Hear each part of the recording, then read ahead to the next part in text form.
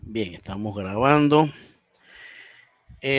La clase anterior, para estar más o menos claro, se recuerdan que fueron más o menos unos 45 minutos de clase. Debido a eso, bueno, porque estábamos aprendiendo cositas nuevas, ¿no? De lo que es la cultura, sobre todo el área de allá de la pintada, ¿verdad? La confección de sombreros, entre otras cosas. Y bueno, estuvo un poco corta la clase y no llegamos a completar todo el módulo. Solo dimos la primera parte, ¿verdad? Hoy vamos a definir rápidamente la segunda parte, pero de todas maneras ustedes podían haber adelantado algo, curioseado, ¿verdad? Algo porque en el Excel prácticamente se explicaba,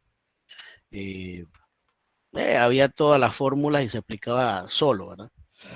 Entonces, pero de todas maneras vamos a concluir esa segunda parte que es profundizando sobre los costos, ¿verdad? Los costos al producir.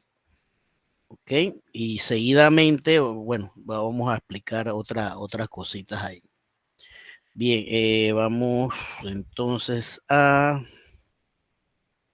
presentar.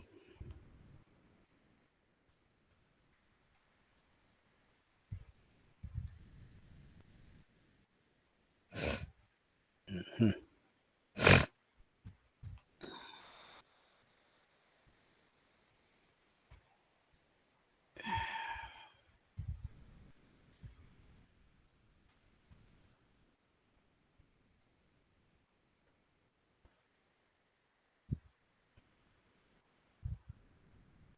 Y nos vamos entonces al módulo de teoría de la producción y costos de la empresa, ¿verdad?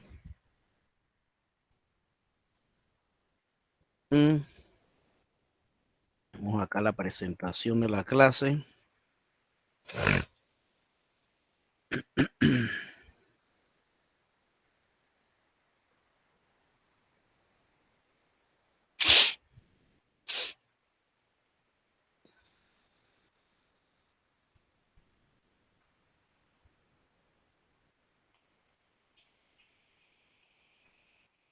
¿Se ve el PowerPoint? Sí, profesor. Ok, ya habíamos pasado esto, todo lo que era la teoría, ¿verdad? De lo que es la producción de la empresa, ¿verdad? Así que vamos derechito a lo que es el costo. También habíamos visto esta parte, ¿no? De cómo completar ese producto físico marginal, el producto físico medio, elaborar algunas gráficas, ¿verdad? A través del Excel. Definimos también cuál de esa primera, segunda y tercera parte era la más eficaz, eficiente, ¿verdad?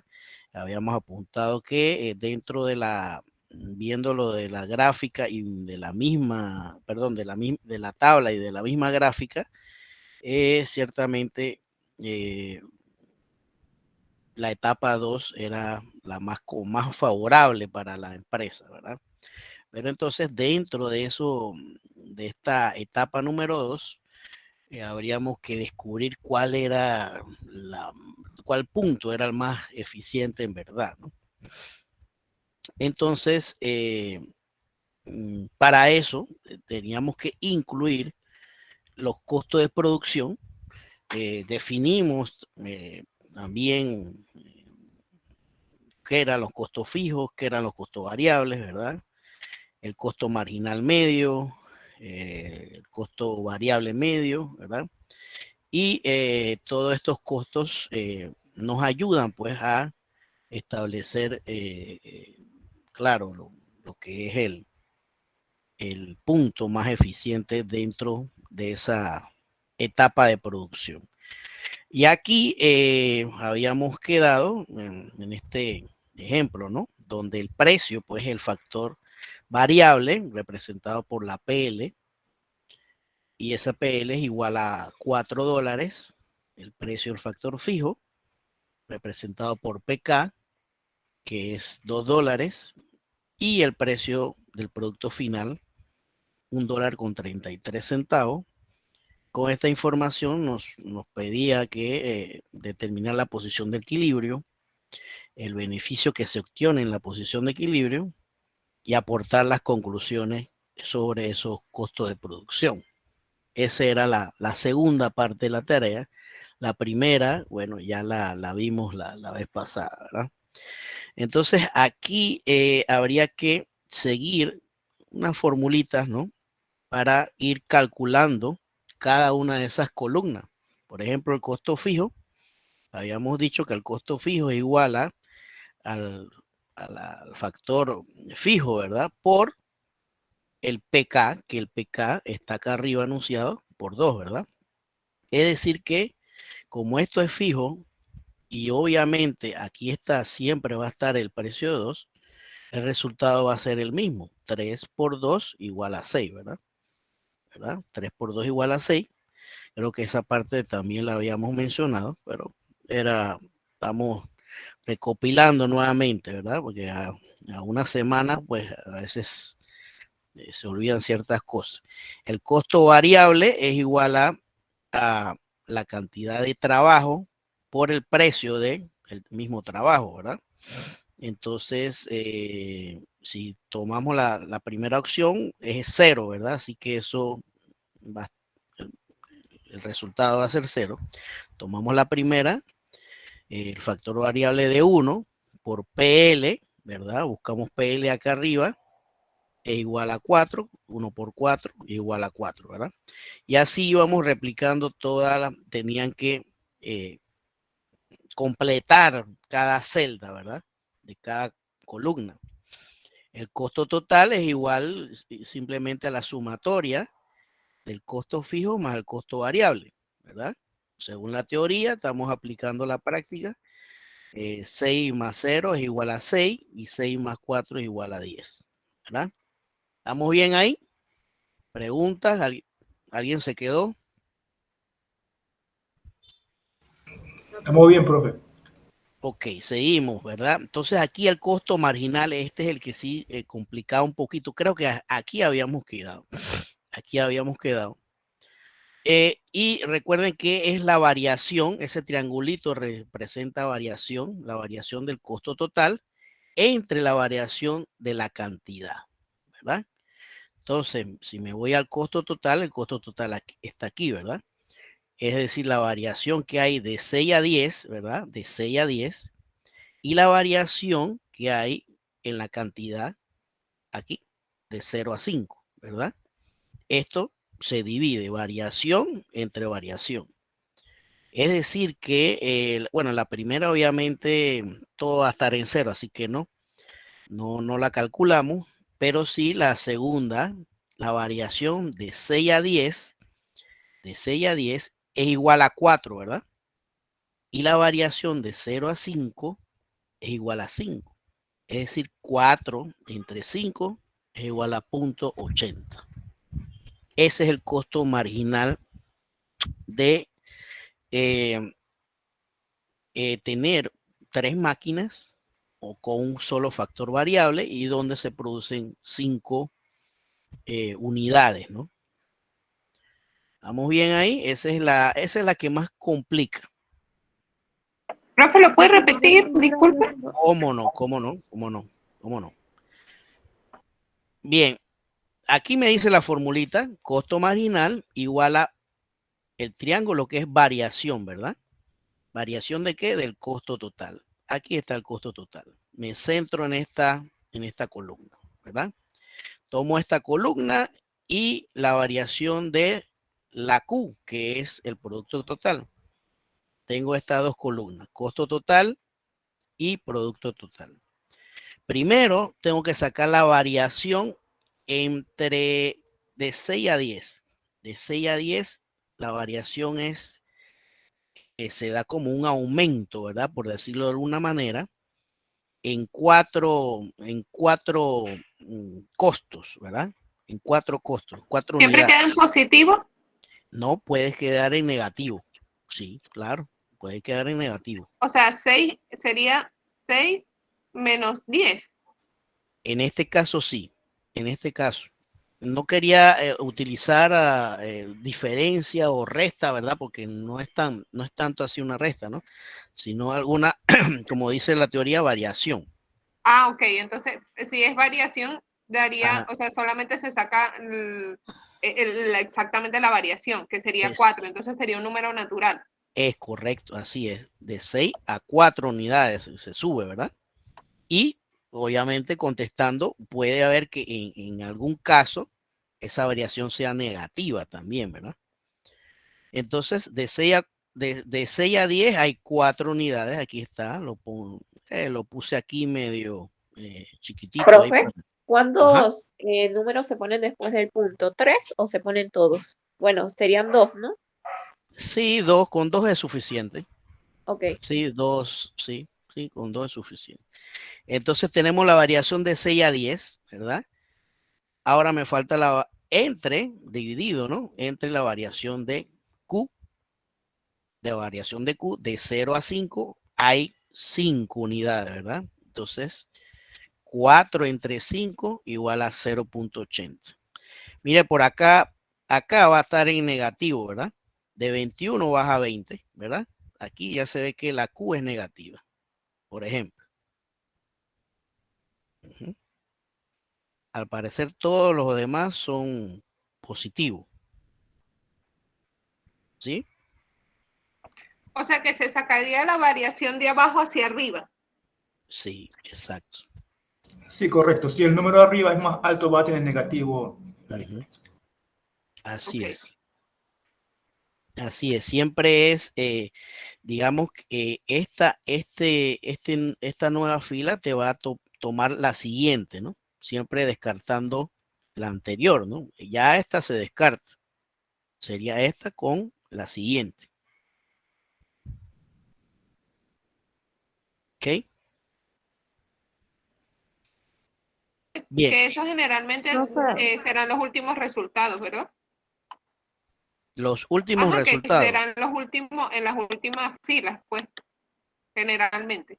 Podría ser. Sí, ok. Ajá, ¿alguien más? el primer costo marginal siempre va a cero.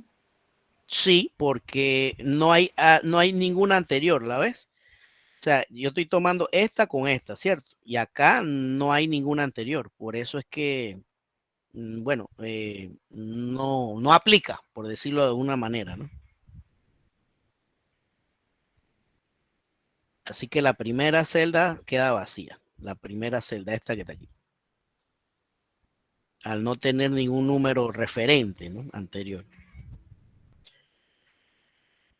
Bien, el costo medio, entonces el costo total entre la cantidad, ¿verdad? Costo total entre la cantidad. El costo total, obviamente acá el costo total 6, ¿verdad? Y 0 me da 0, ¿verdad?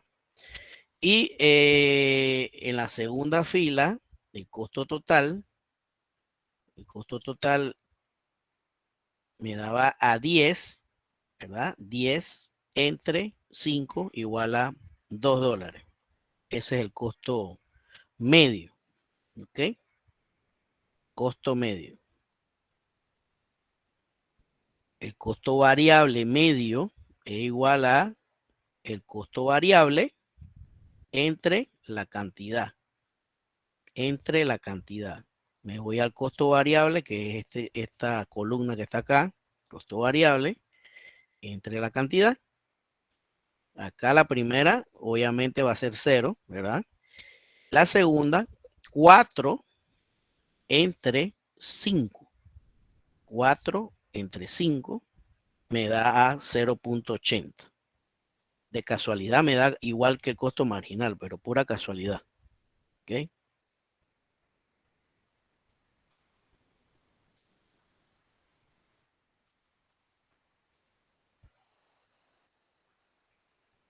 ¿Estamos bien? ¿Alguien tiene alguna pregunta? ¿Que sonó algo por ahí? Sí, profe. Yo tengo una duda todavía en el costo marginal. Ajá, dígame. Si en la primera columna, digamos, la fórmula es costo total entre cantidades, entre Q, que es producto total. Ajá. Total de la primera columna es 6, lo divido entre 0, por decirlo, obviamente me va a dar 0. En la segunda columna, no entiendo por qué el 6 se vuelve a repetir ahí. En la segunda columna. Ajá, en el segundo que usted puso 6. ¿Cuál es la que tiene problema? ¿El costo marginal? Ah, correcto, eso. Ok, esta es simplemente, esta es una guía. Esta que está acá arriba, me dice usted, 6 y 10. Perfecto. Ajá, ese es simplemente como la variación. Esto no es necesario ni ponerlo. ¿Ok? Esta es la variación de 6 a 10 entre de 0 a 5. ¿Ok? Es lo que quiero dar a entender. Pero no es necesario ni ponerlo. No sé si me explico. Esto, la verdad, si ustedes lo hacen en Excel, nada más hay que correr la fórmula y listo. Vamos a suponer que tuviéramos que calcular la siguiente columna. Vamos a ver si la hacemos acá algo rápido. La siguiente columna, la siguiente fila, perdón. Esto me va a dar igual a 6, ¿verdad? 3 por 2 igual a 6, ¿cierto? Entonces, costo variable. Ajá. ¿Alguien va a decir algo? Correcto, profe. Ok. Costo variable es igual a L, ¿verdad? L, que es 2, por el precio de L, que está allá arriba, ¿no? Que es 4. 2 por 4, 8, ¿verdad? 2 por 4, 8.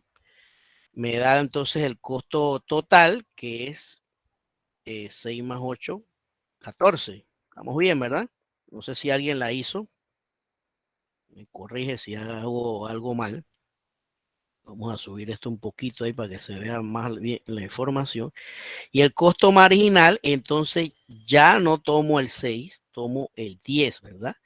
La variación de 10 a 14, ¿cuánto es? 4. 4. Listo. De una vez divido aquí y tomo la variación de la cantidad. Ya no tomo esta, sino 5 a 12. ¿Cuánto es? 7. 7. 4 entre 7, ¿verdad? 4 entre 7 me da a 0.57, ¿verdad? Más o menos por ahí. Ese es mi resultado, ¿no? Ese es mi resultado. ¿Punto 57 o punto 60? 0.57, porque ya 60 está bastante, son 3 centavitos de repente, ¿verdad? Así que vamos a trabajarlo lo más puntual posible. 0.57. Creo que no se redondeaba a 8, ¿verdad? No creo. Así que ese es el No, resultado. profe, no. Está bien. Ah, no, profe, disculpe, sí, tiene razón. Sí, es 57.14, o sea, no se puede redondear a nada. Sí, porque son 3 centavos ahí. Ajá, Sí, dígame. es mucho más bien. Perdón, se pone la...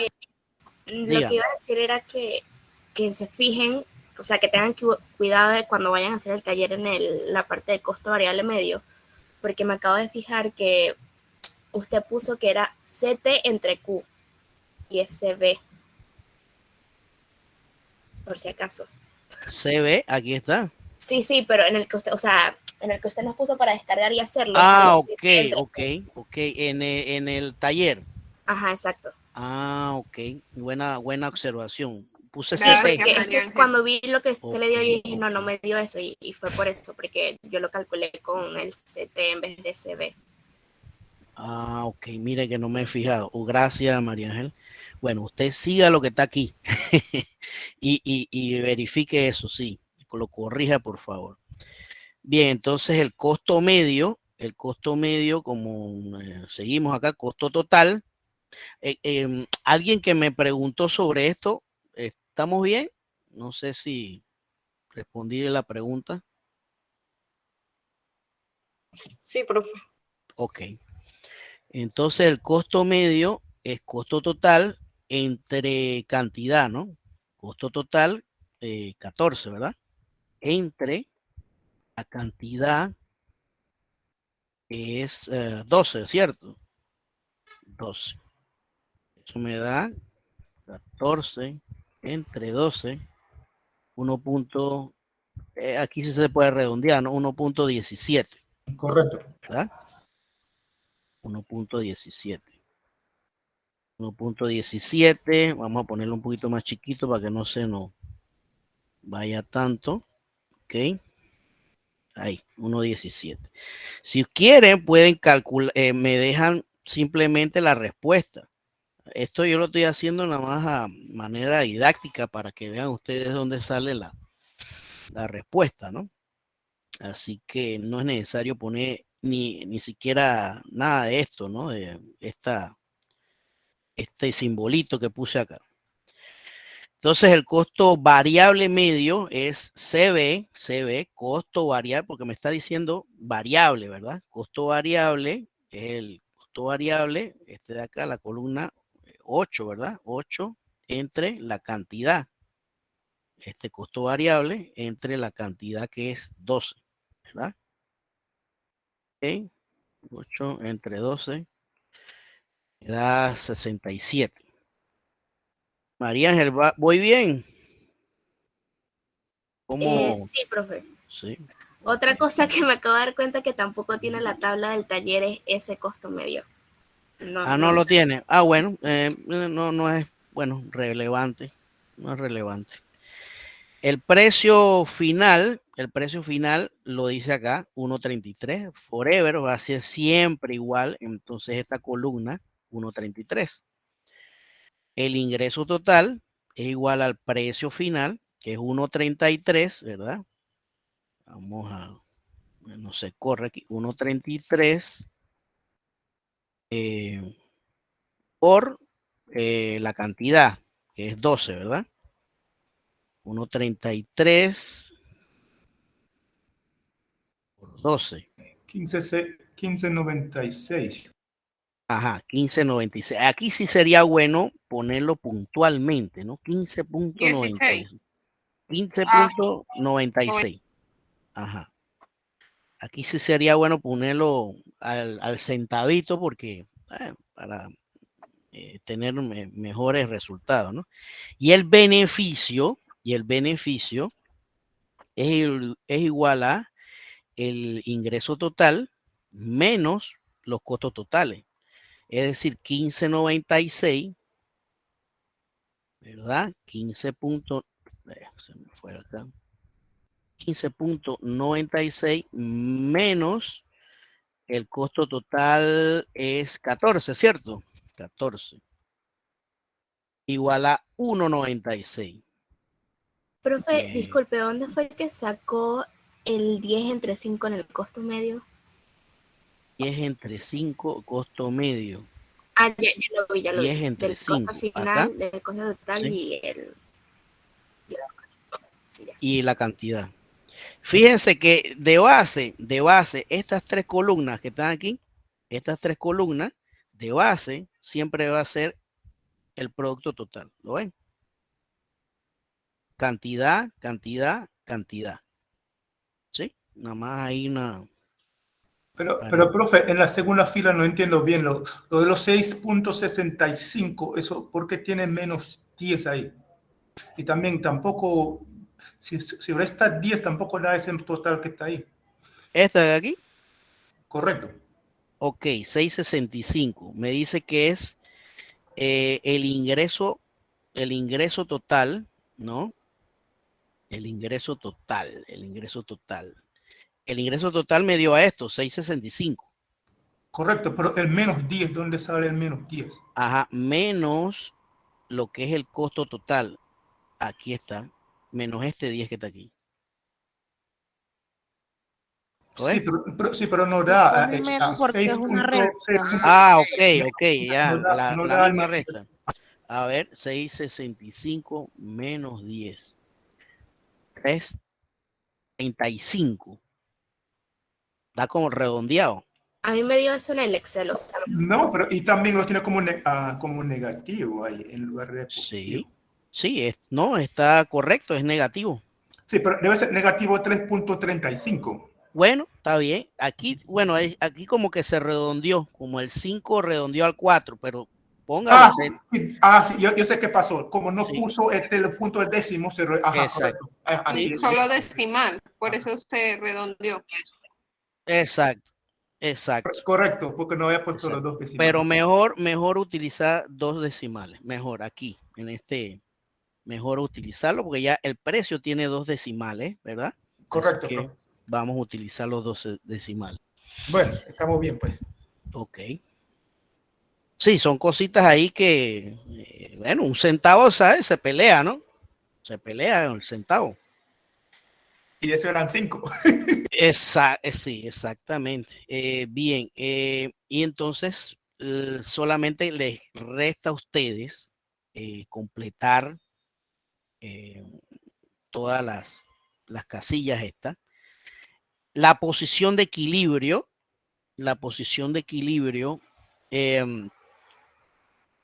ojo aquí, la posición de equilibrio es, déjenme pagar un poquito esto que me tiene encandilado o correr esto por acá. Encandilado acá. Necesitamos saber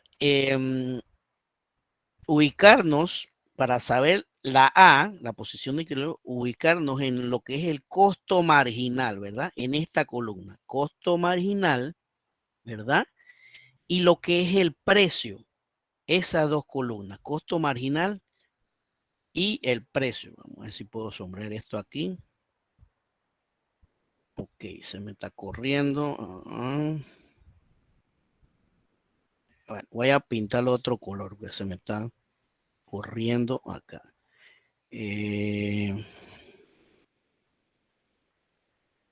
Con estas dos columnas, yo puedo estimar la posición de equilibrio de la empresa.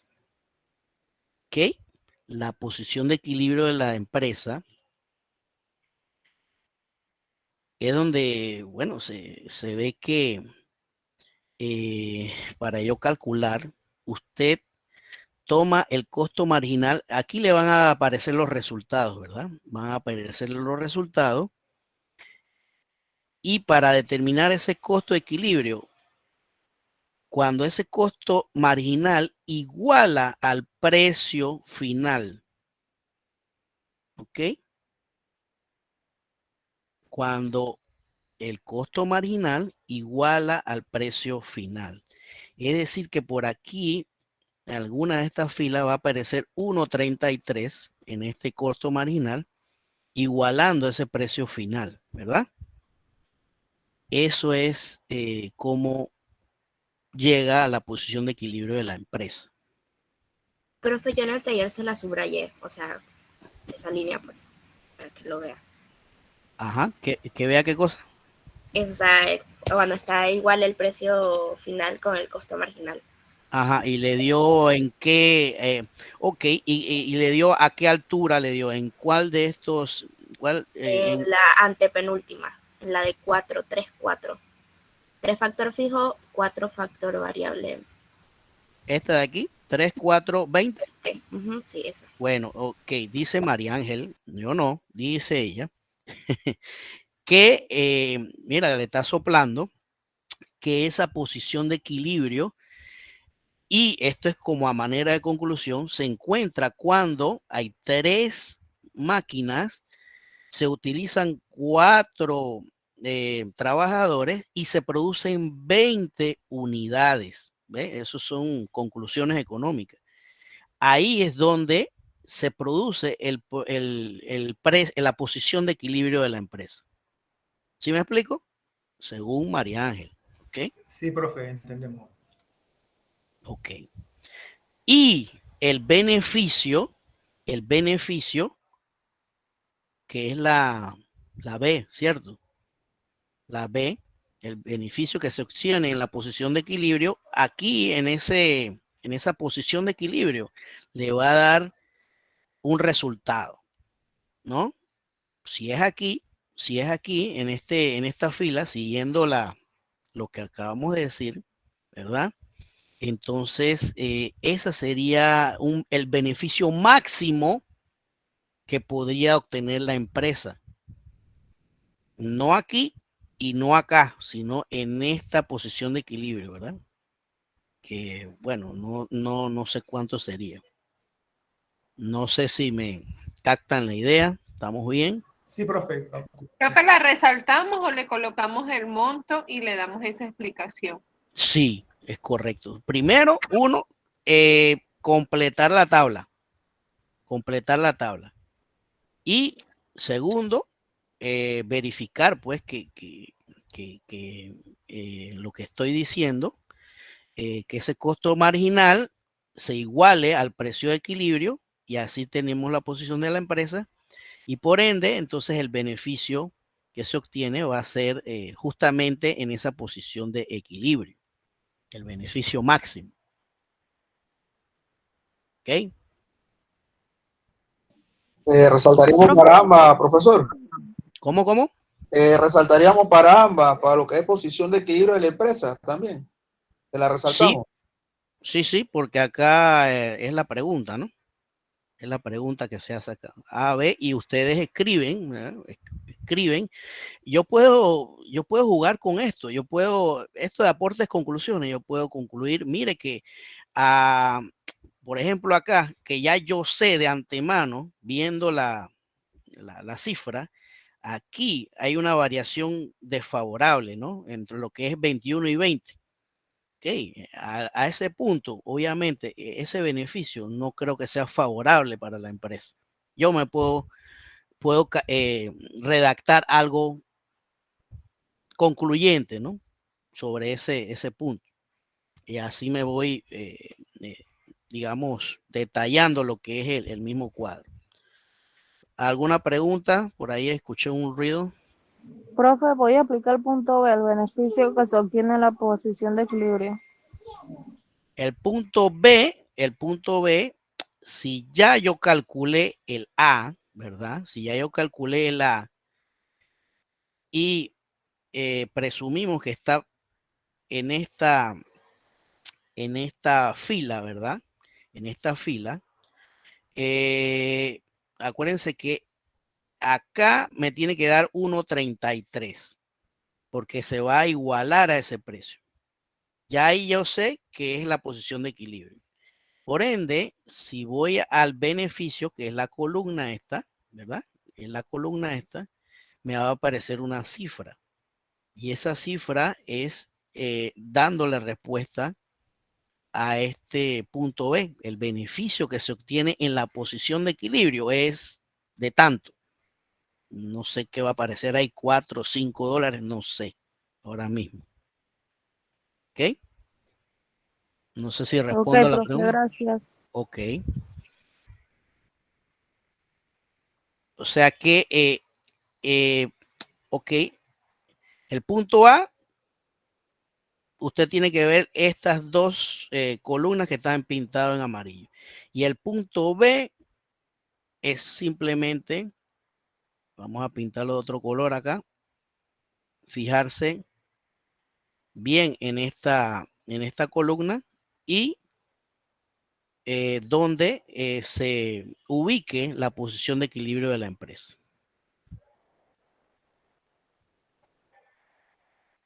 ¿Alguna otra pregunta, duda? En las conclusiones hacemos solo una conclusión de todo. Yo opino que varias así como párrafos, ¿no? Mira, Párrafos. ajá. ¿Como cuántas más o menos? No sé, pero no sea tan mezquina. Se lo dejo a la principal es dándole respuesta a estas dos, la principal.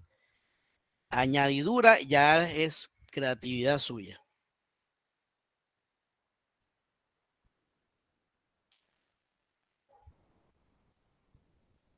¿Alguien más?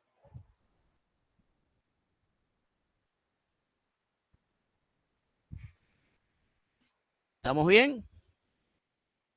Sí, profe. Ok, entonces concluimos esta segunda parte, lo que es la teoría de la producción y costo de producción, ¿verdad? Vamos a cerrar acá. Y bien, como yo sabía, como que ya cuando, sabes que acá las clases son cortas, ¿verdad? Y entonces a veces uno, cuando, bueno, aprendimos un poquito de cultura, ¿verdad? Allá, cultura coclesana, ¿verdad? Pero nos restaron un poquito de las clases de economía. Por eso es que ahora es que vengo a concluir ese módulo, que era módulo 4, ¿verdad? Módulo 4. A ver, módulo 4. Entonces, nos queda un último módulo, ¿verdad? Nos queda un último módulo, pero este último módulo era muy teórico y muy abarcador. Es decir, que mire qué hora es. No íbamos a terminar este módulo con el tiempo que nos queda. Entonces, yo, eso por un lado. Y lo otro es que yo considero que la clase que voy a exponer hoy le va a servir, va a tener más valor para ustedes en el futuro y en el futuro cercano. Ok, en el futuro cercano. Porque es una teoría, pues, que ustedes se van a dar cuenta de unas cositas ahí. Es más práctica que otra cosa. Entonces, yo tenía, ¿qué hice acá? Tenía esta clase diseñada anteriormente que llevaba por título teoría del consumidor, pero obviamente esa teoría no la vamos a dar hoy, por lo que acabo de decirles, ¿no? Que no vamos a tener tiempo.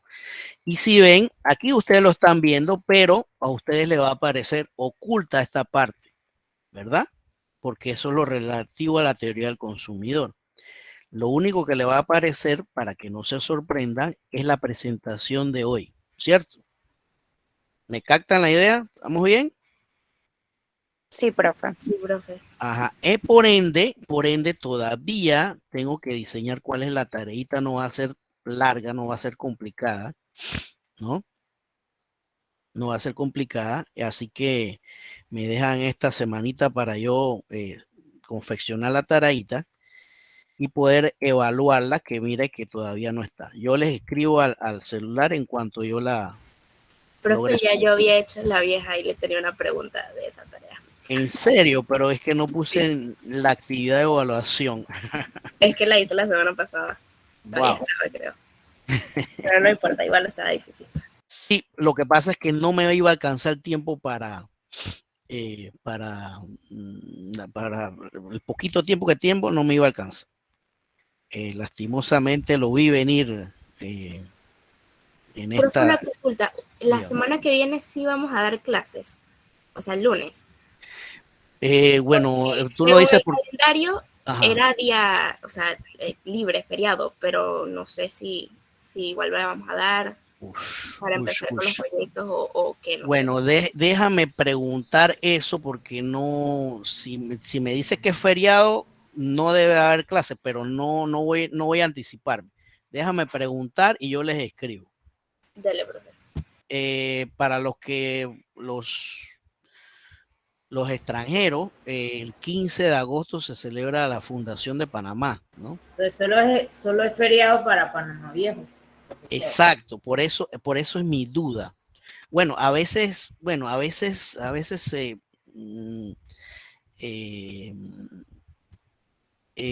abarca un poquito más lo que es la misma ciudad, a veces. Sí, Pero yo creo que este feriado no está en el calendario, así yo no creo que califique. No, pero bueno. De todas maneras, solamente es para Panamá Viejo. Porque yo lo vi, pero no. Igual, exacto, igual es para las escuelas, no para la universidad, profesora. Así que igual nosotros solamente tenemos 8 clases durante un bimestre, así que creo que deberíamos aprovecharlas.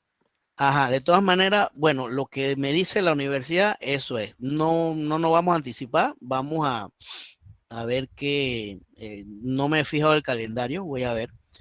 Y yo les escribo. Listo, si hay que dar clase, con gusto. ¿Ok? ¿Le parece? Sí, profe. Listo, profe. Ok, bien. Ahorita, Ajá. profe, yo recuerdo que le había escrito para que me ingresara al grupo, pero nunca, yo revisando ahorita y que voy a buscar el grupo, pero no tengo el grupo de microeconomía. ¿Quién me habla? Susana, Susana, escríbame al 6474 5889. 64745889. Bien, vamos acá rapidito a la presentación de la clase. A la presentación de la clase.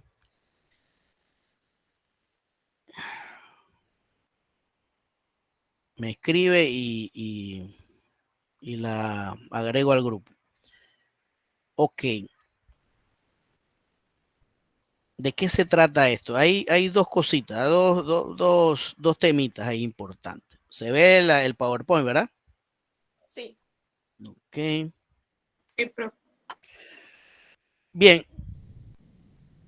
Hay una denominada curva de Philip. Curva de Philip. ¿Qué es esto de la curva de Philip? ¿Alguien ha escuchado esto antes? Curva de Phillips.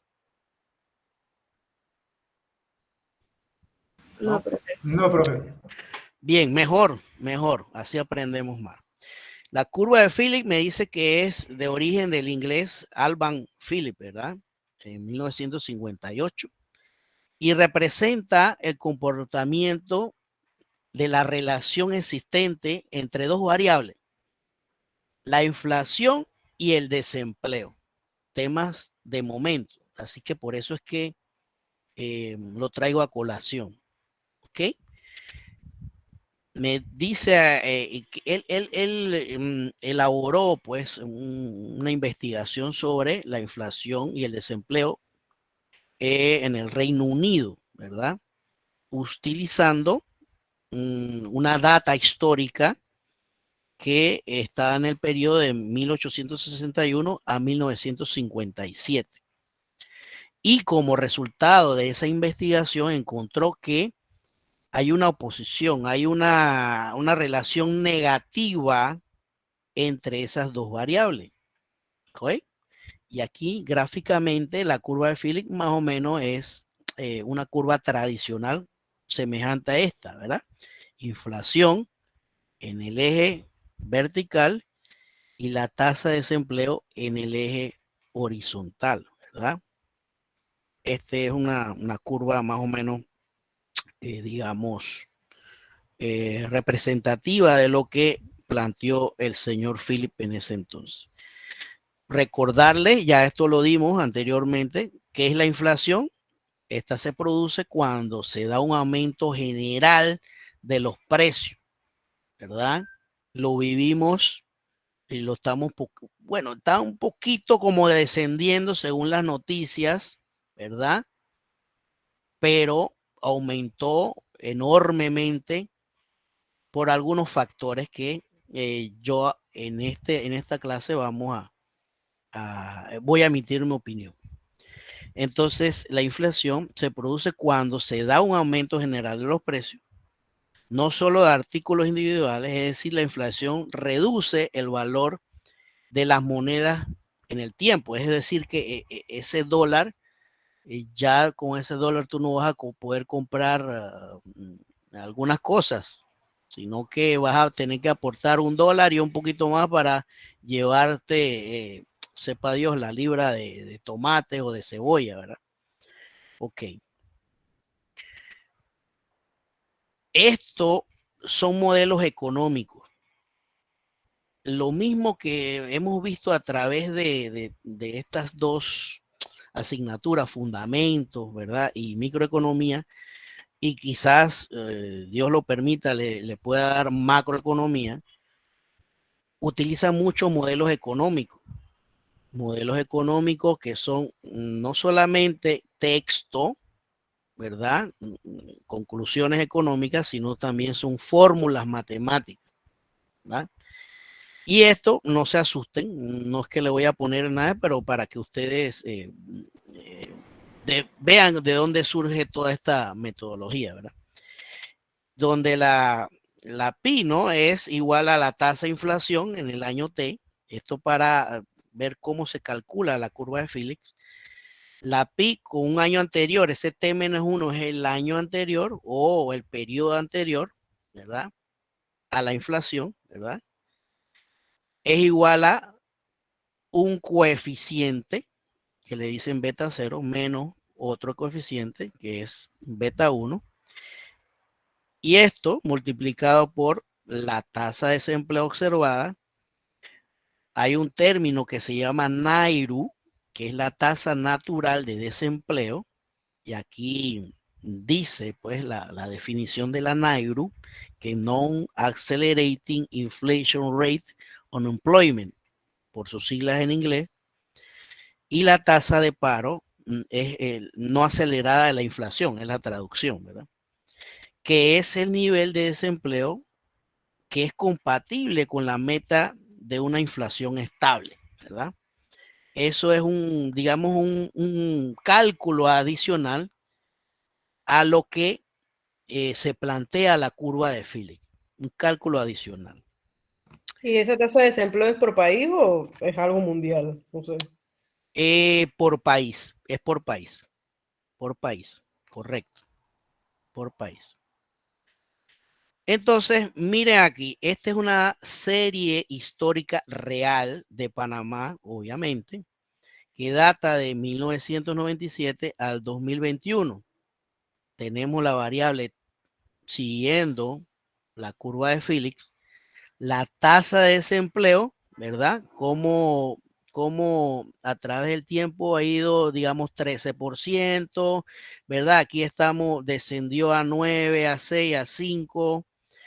Y por acá, en el 2012, cuando estaba en el apogeo, ¿se acuerdan esa clase donde había un periodo presidencial donde había bastantes megaconstrucciones? La tasa de desempleo era bastante baja, ¿verdad?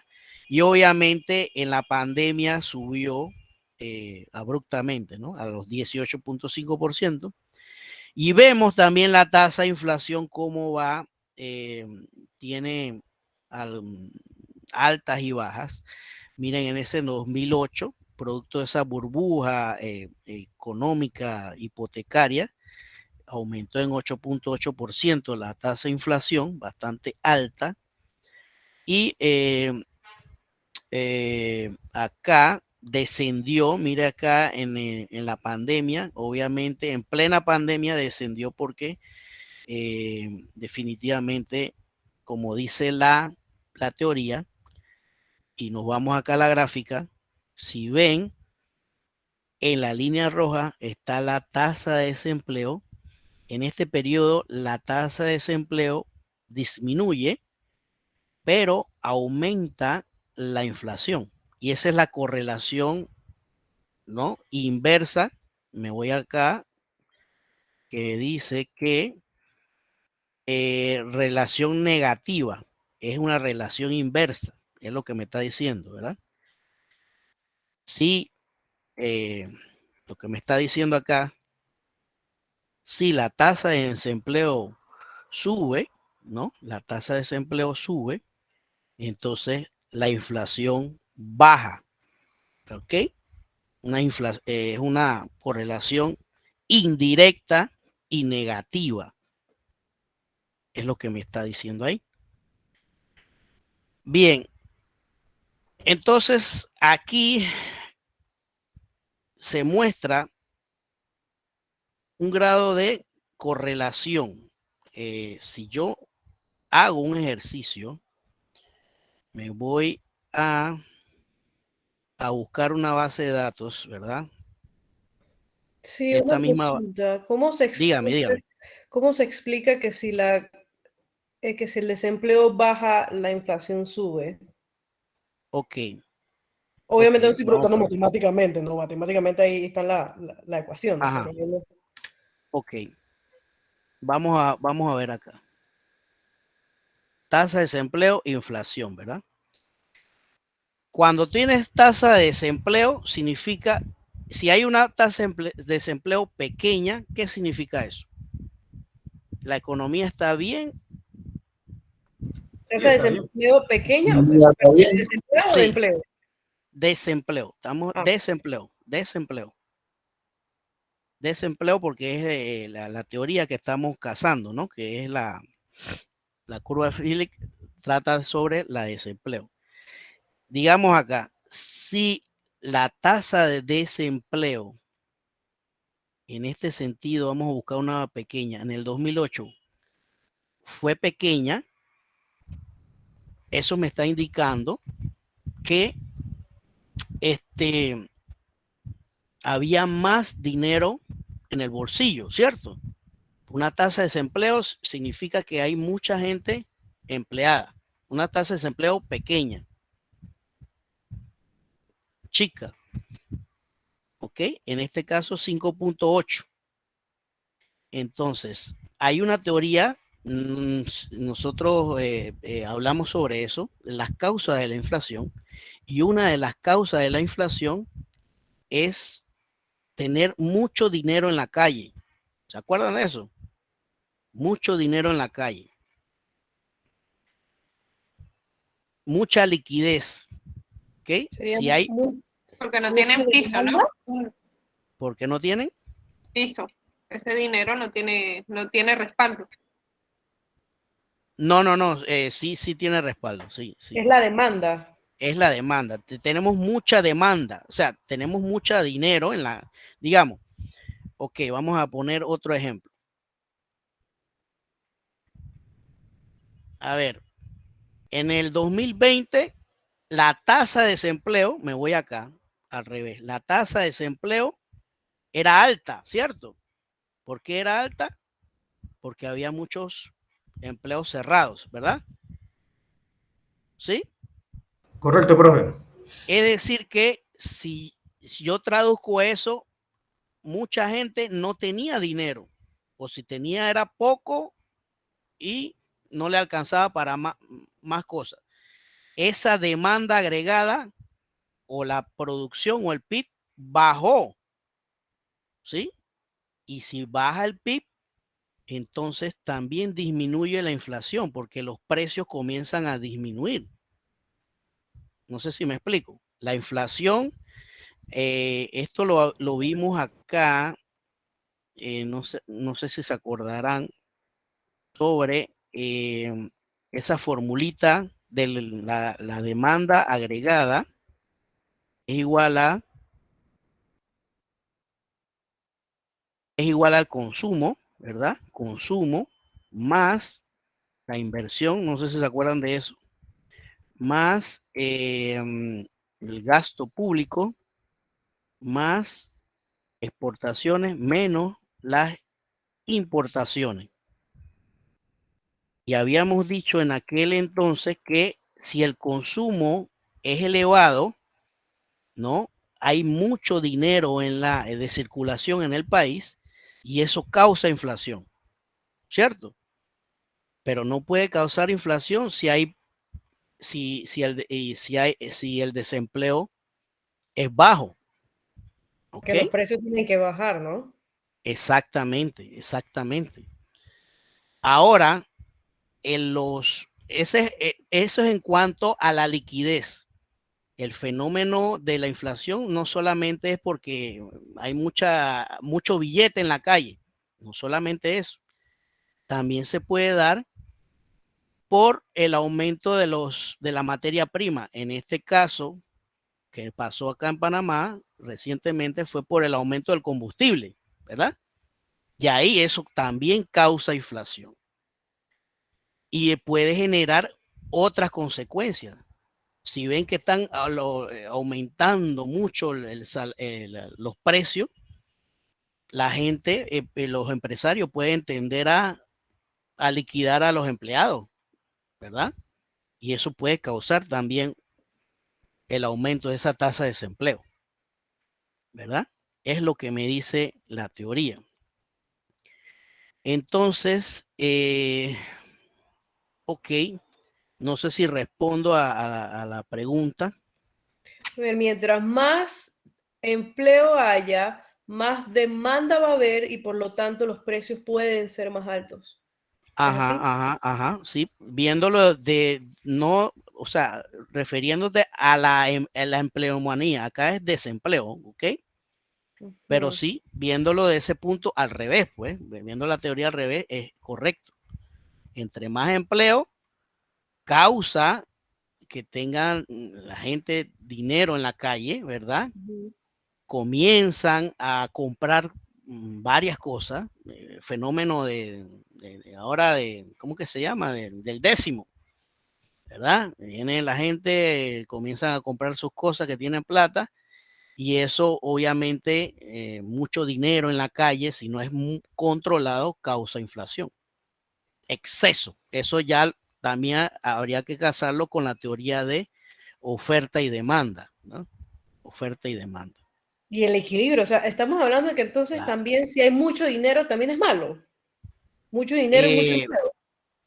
Mucho, sí, mucho, a ver, porque causa inflación, tiende a subir los precios. Es una teoría ineludible. Interesante, porque yo pensé que la inflación era causa de, como dice usted, del aumento de la materia prima, del aumento No necesariamente, no necesariamente. Mira la teoría de Irving Fisher. Si lo vamos a buscar acá, me habla de la masa monetaria. El aumento mucho de la masa monetaria causa inflación. Es una de las causas. Mejor para no complicarnos. Vamos a ver qué nos dice acá el señor Google. Sí, profe, porque cuando la gente piensa, si alguien piensa que usted tiene bastante dinero, van a tratar de venderle la cosa más cara. Causa de la inflación. Por lo del equilibrio, obviamente, lo del equilibrio. Escasez exactamente, y el exceso. Incremento de los costos, que eso es lo que vimos a través de, ¿ve? Incremento en la demanda, ¿lo ves? Una de las causas de la inflación más comunes es el incremento rápido de la demanda. ¿Ok? El que acabamos de pasar fue producto de incremento en el combustible. También. Otro es lo que es las especulaciones de precios. Yo puedo especular, que viene una guerra China y Taiwán, por ejemplo, que se escuchó ese rum rum. Ese bochinche, por decirlo de alguna manera, esa especulación puede causar también incrementos en los precios, porque la gente se abastece de combustible, se abastece de materias primas, exige más producto de una posible guerra, ¿cierto? Eso crea escasez y me explico. Y al crear escasez, obviamente se incrementan los precios. O sea, es un juego también que hay que tener, es un sube y baja, un carrusel. Ok, seguimos por acá. ¿Dónde estaba? Entonces, ¿a dónde quiero llegar yo? Aquí hay, digamos, si yo quiero analizar esta gráfica, por un lado vemos la variable X, ¿verdad? La variable dependiente va a ser la inflación y la variable Y dependiente es la inflación y la variable X es el desempleo, ¿verdad? Es la variable independiente, ¿ok? Entonces, ¿cómo se llegó a esta relación, a esta correlación matemática? Que esto es, más bien, es una función de una recta. Esta es la recta, ¿verdad? Esta es la recta que me indica esa relación, ¿verdad? Inversa.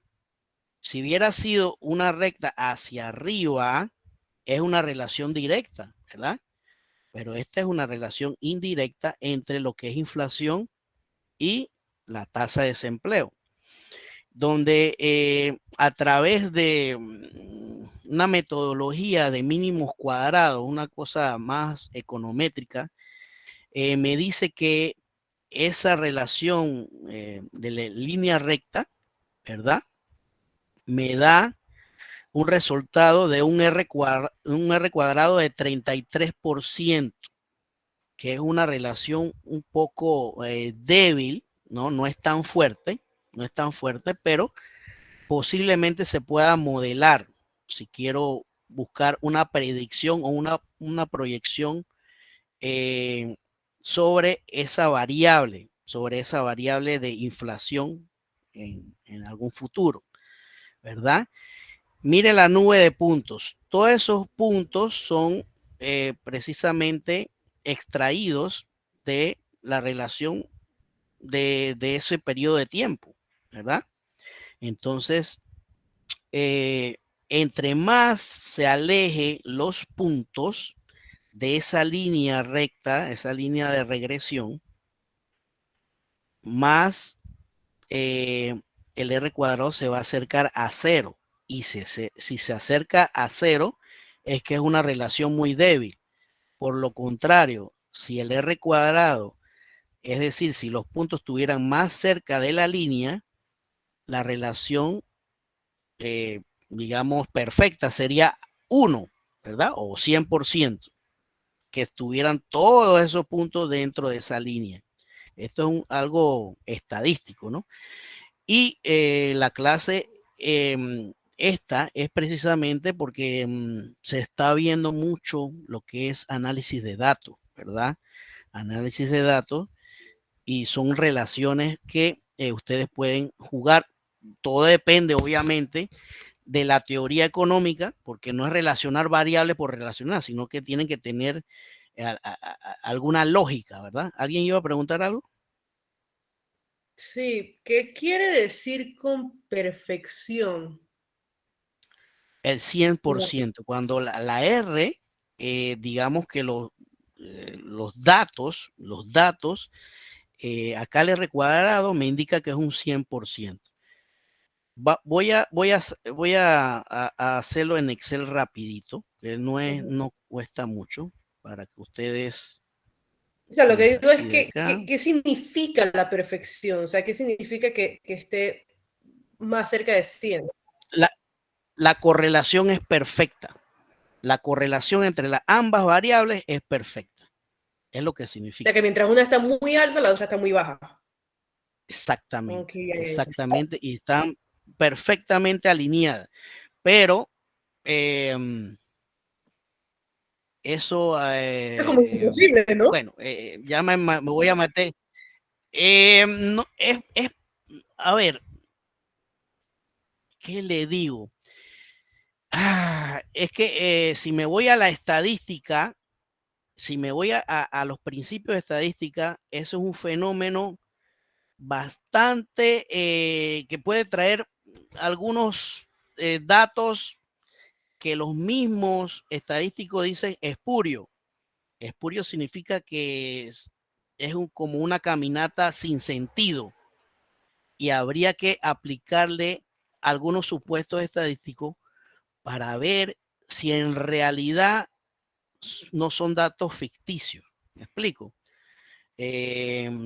Así que casi siempre cuando está cercano a uno, hay que seguir investigando estadísticamente si pasa los supuestos estadísticos, que no nos vamos a meter eso, porque eso es esa es una licenciatura aparte.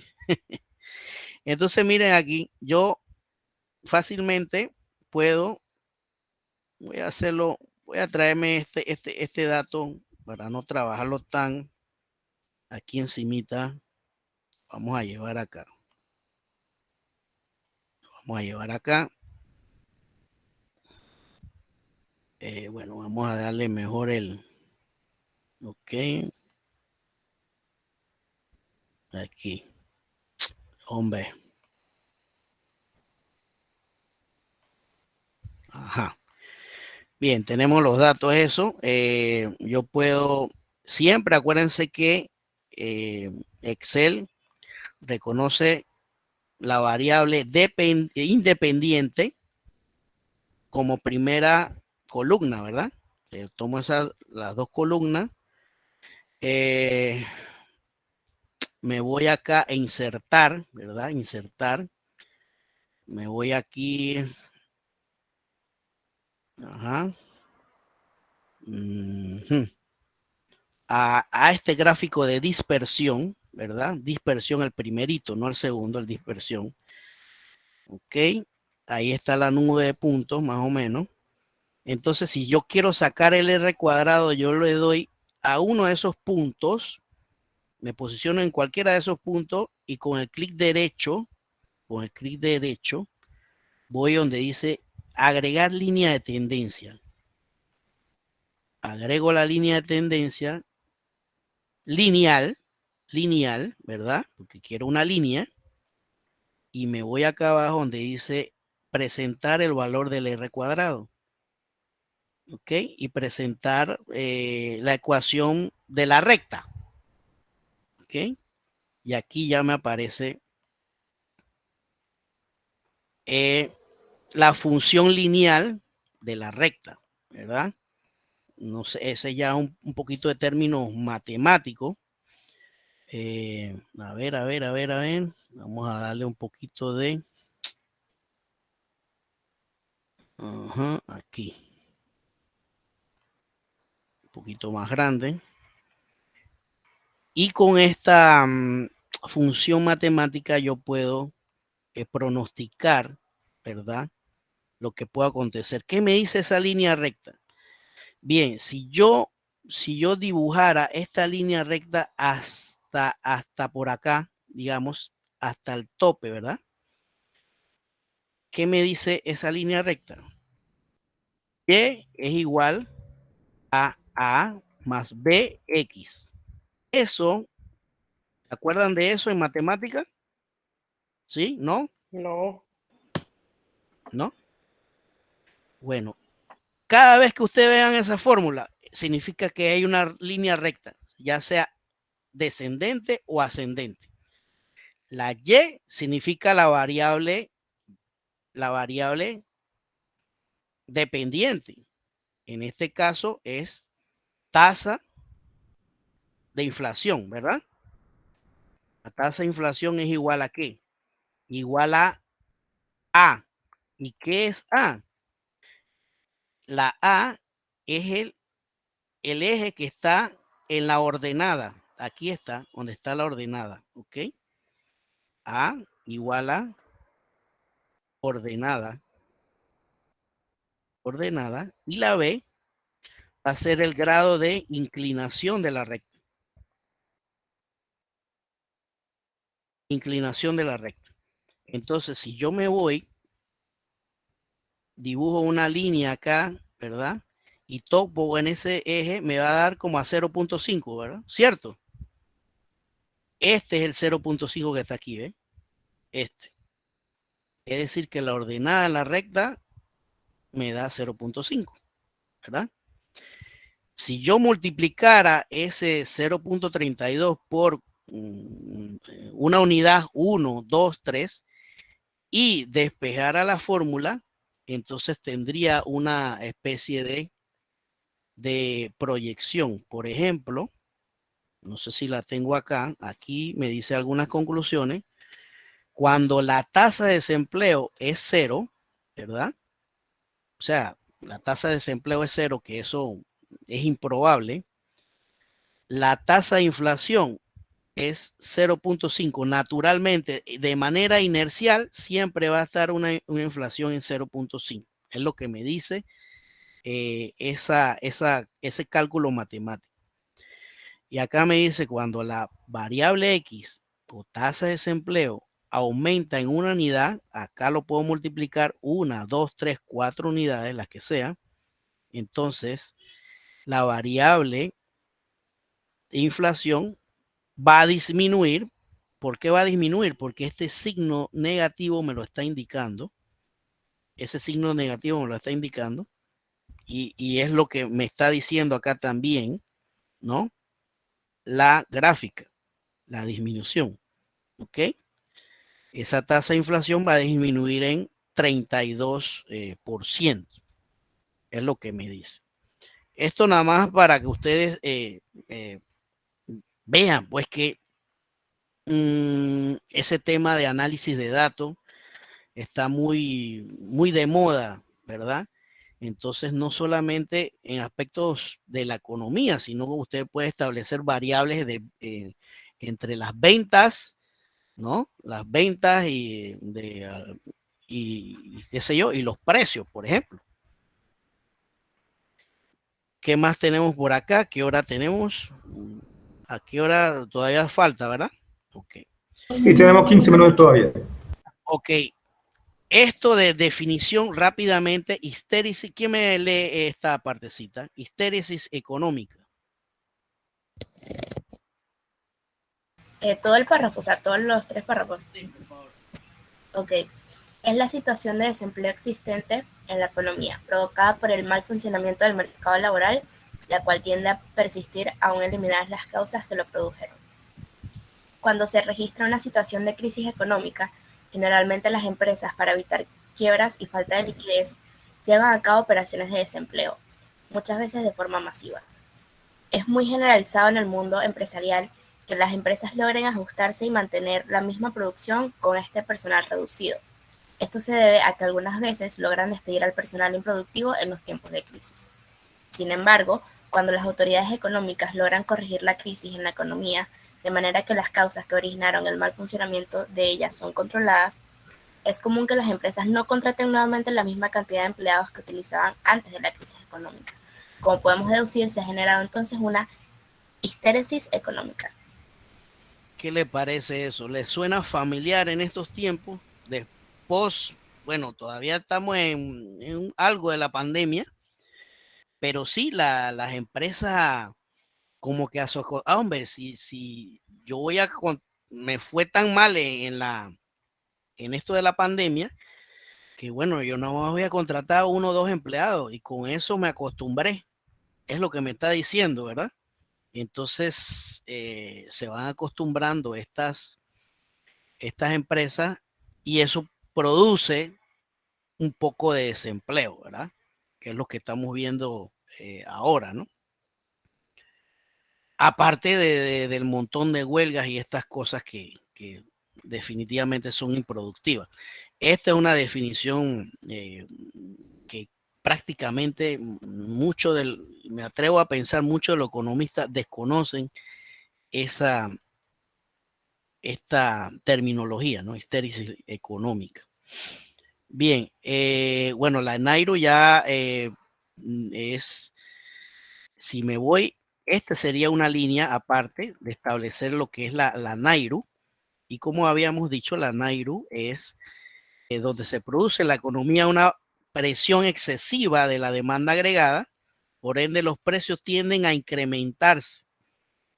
Por el contrario, cuando la tasa de paro es mayor a la Nairo, los precios tienden a caer. Es como, digamos, un establecimiento de donde, digamos, hasta aquí podría ser algo soportable lo que es la tasa de desempleo. ¿Ok? ¿Y qué más tenemos por acá? Estoy confundida de cómo funciona, porque si yo lo aplico a la vida normal, la inflación acá en Argentina está, no hablemos de eso, y el desempleo también está altísimo, entonces no tiene lógica. Ah, ok. Bueno, en el caso de Argentina, como dice acá, a ver, histéresis laboral, ¿dónde estaba? Aquí. Muchas veces me dice acá que el mismo gobierno, ¿dónde es que lo dice acá? Es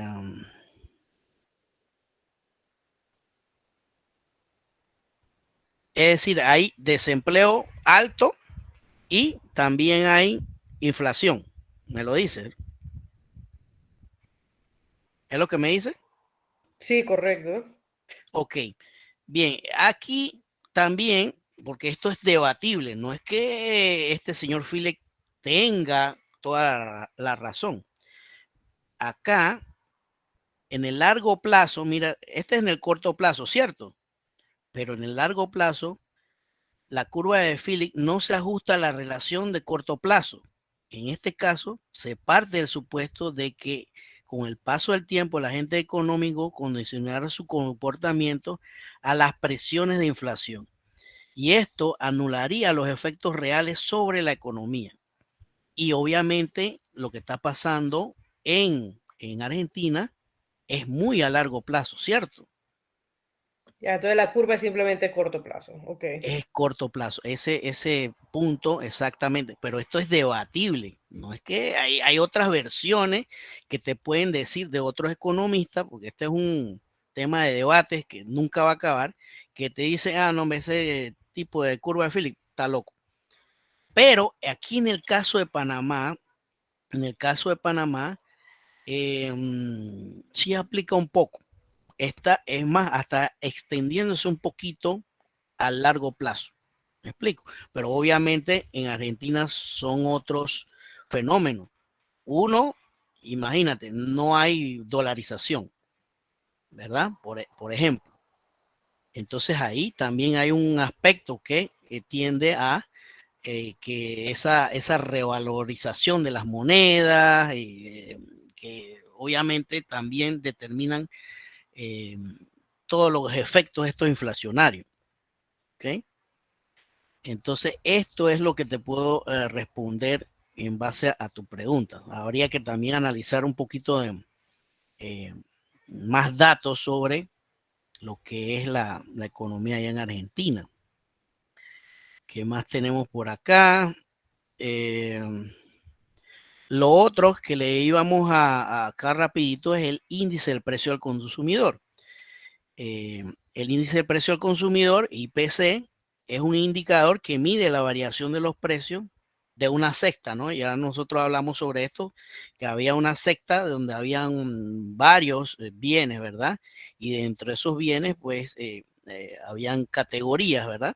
Y donde se hace una medición de los precios, la Codeco es la que lleva la medición de esos precios. Y en grandes segmentos, obviamente también lo que es el Instituto Nacional de Estadística y Censo, ¿verdad? Es la que recolecta la información. Y ese IPC nos sirve para recoger los incrementos o los decrecimientos de los precios de varios rubros, ¿verdad? Entonces, la manera de calcularlo es los precios nuevos por las cantidades nuevas entre los precios anteriores por las cantidades anteriores por 100. Esa es una formulita ahí, pero a dónde quiero llevar a esto. Fíjense bien, otra base de datos partiendo del 31 de enero del 2019, reciente data, al 30 de junio del 2022. Por acá tenemos los precios del barril de combustible, ¿cierto? Miren todos los precios del barril de combustible, 50 y tantos. Mira acá, en el 2020, obviamente bajó en plena, porque había restricciones, ¿verdad? No había tanta demanda. Bajó el precio del combustible. Y obviamente por acá, si me voy al 2022, ya 107, eso fue hasta el 30 de junio, ¿verdad? Y si yo lo hago una correlación igual, parecida a lo que hice con la variable inflación y tasa de desempleo del IPC, vemos también un fenómeno interesante. Aquí no las correlaciones son positivas. La anterior eran negativas, ¿verdad? Eran distintas. Acá sí van al unísono. Y ven claramente, si me voy a la gráfica, el precio del barril, cómo sube, al igual que el índice del precio del consumidor. Van parejitas, ¿verdad? Entonces, si hago esa recta de regresión, ya no me va a dar descendente, sino me va a dar ascendente, que es lo que me indica lo positivo, ¿verdad? Y miren, la nube de puntos se está prácticamente cerrando cerca a esa línea, ¿verdad? Y el R cuadrado me da a 81%. Es decir, que es bastante relacionado que si el precio del combustible sube, sube la canasta básica. En un 81%, ¿no? De probabilidad. ¿Sí me explico? Sí. Acá me dice, el R cuadrado indica que el 81% de las variaciones en IPC son explicadas por la variación del precio del barril. Es lo que me indica esa recta de regresión. Y así yo puedo ponerle, vuelvo y repito, variables, obviamente, que sean significativas, ¿verdad? Digamos, no sé, si alguien trabaja en una empresa, yo puedo analizar los datos de la propia empresa y ver si hay una correlación entre las ventas, ¿verdad? Los precios, el aumento de lo que es el IPC, por ejemplo, ¿no? Si están relacionadas definitivamente o no lo están. Bien, ¿alguna pregunta? Yo sé que es un poquito complicadito esto porque estás casado con algo de estadística, econometría, pero son cositas que son cosas, datos de momento, ¿verdad? Y esto es lo que quiero que ustedes también, antes pues de, por lo menos, sepan que existe, ¿no? Estos datitos. Obviamente la tareita que le voy a dejar no es, simplemente son análisis de comportamientos históricos, no va a ser nada tedioso, ¿verdad? ¿Alguna pregunta, alguna duda?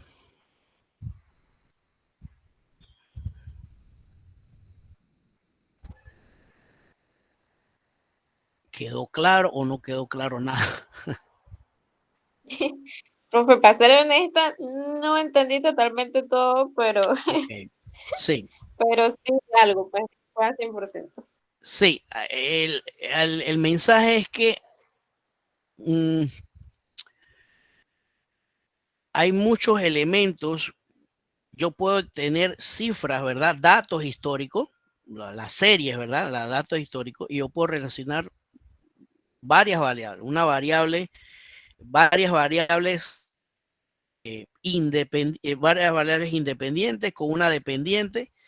Hago una recta regresión y yo puedo predecir lo que va a acontecer. Para eso es esas correlaciones matemáticas que ustedes vieron en esos momentos. Ah, ya entendí, son predicciones, por eso es que, ok, ya. Son predicciones. Obviamente no le hemos dado respuesta a las predicciones, porque eso nos llevaría a un montón de cosas. ¿Ustedes dan en alguna de sus carreras, dan econometría en este? No, sí, en la licenciatura de contabilidad sí, pero más adelante. Más adelante. Bueno, allí se va a dar cuenta lo que estoy diciendo. En la clase de econometría. ¿Qué es econometría?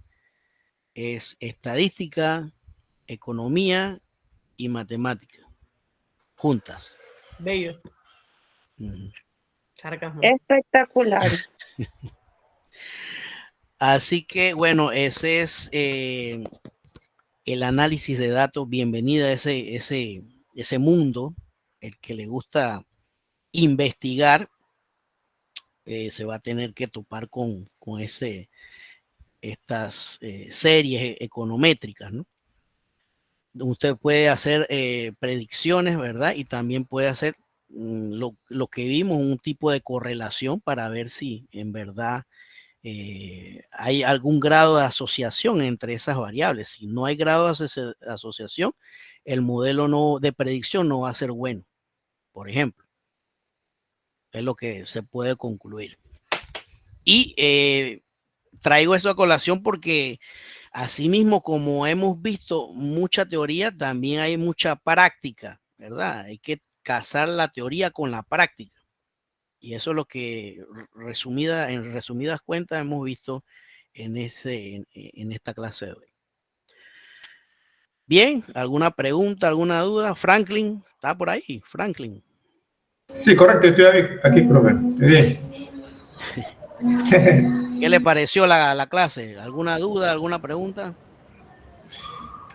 No, hasta el momento entiendo más o menos lo que está indicando. Perfecto. Me pregunto qué dice Keynes acerca de esto, de la relación entre el desempleo y... Bueno, relación, Keynes podría decir relación de la variable PIB con la tasa de desempleo, relación entre la variable PIB y podría ser, sí, por la tasa de desempleo o la tasa de empleo también. Obviamente, si el producto de manera lógica, ¿no? De manera lógica, sin tener tantos datos, si el Producto Interno Bruto sube, la tasa de empleo sube, ¿cierto? Sube también. O la tasa de desempleo baja. ¿Sí? Producto Interno Bruto sube, hay mayor plata, mayor dinero, la gente contrata más, ¿no? Y el desempleo debe bajar.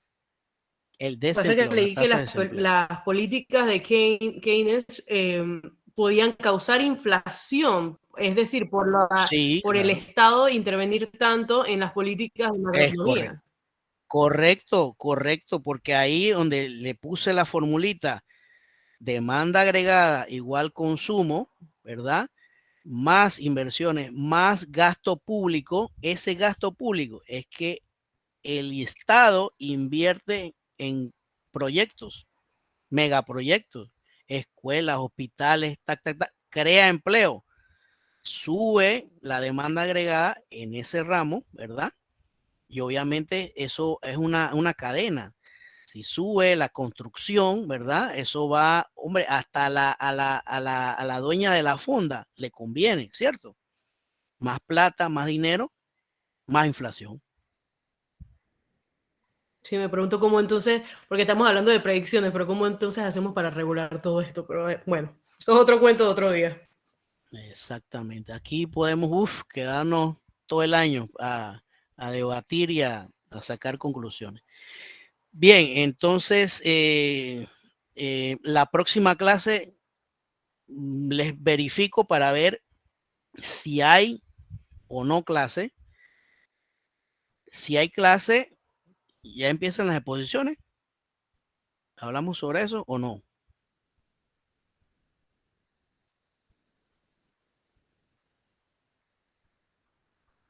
Sí, no sé.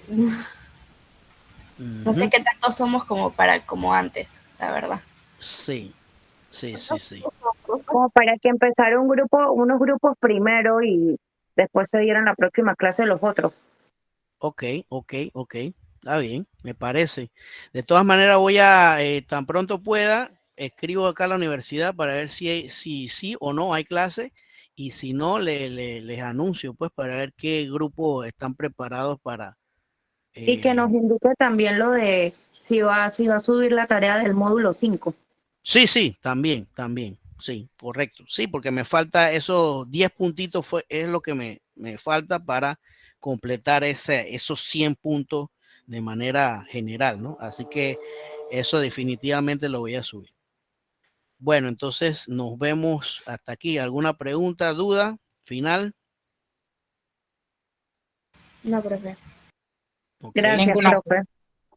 Profe, ¿me agrega? Profe. Sí, ¿ya me escribiste ya? Gracias. ¿Ya me escribió? Sí. A ver. Sí, profe. Ok. Listo. Chao, profe. Hasta luego. Buenas noches. Buenas noches. Buenas noches.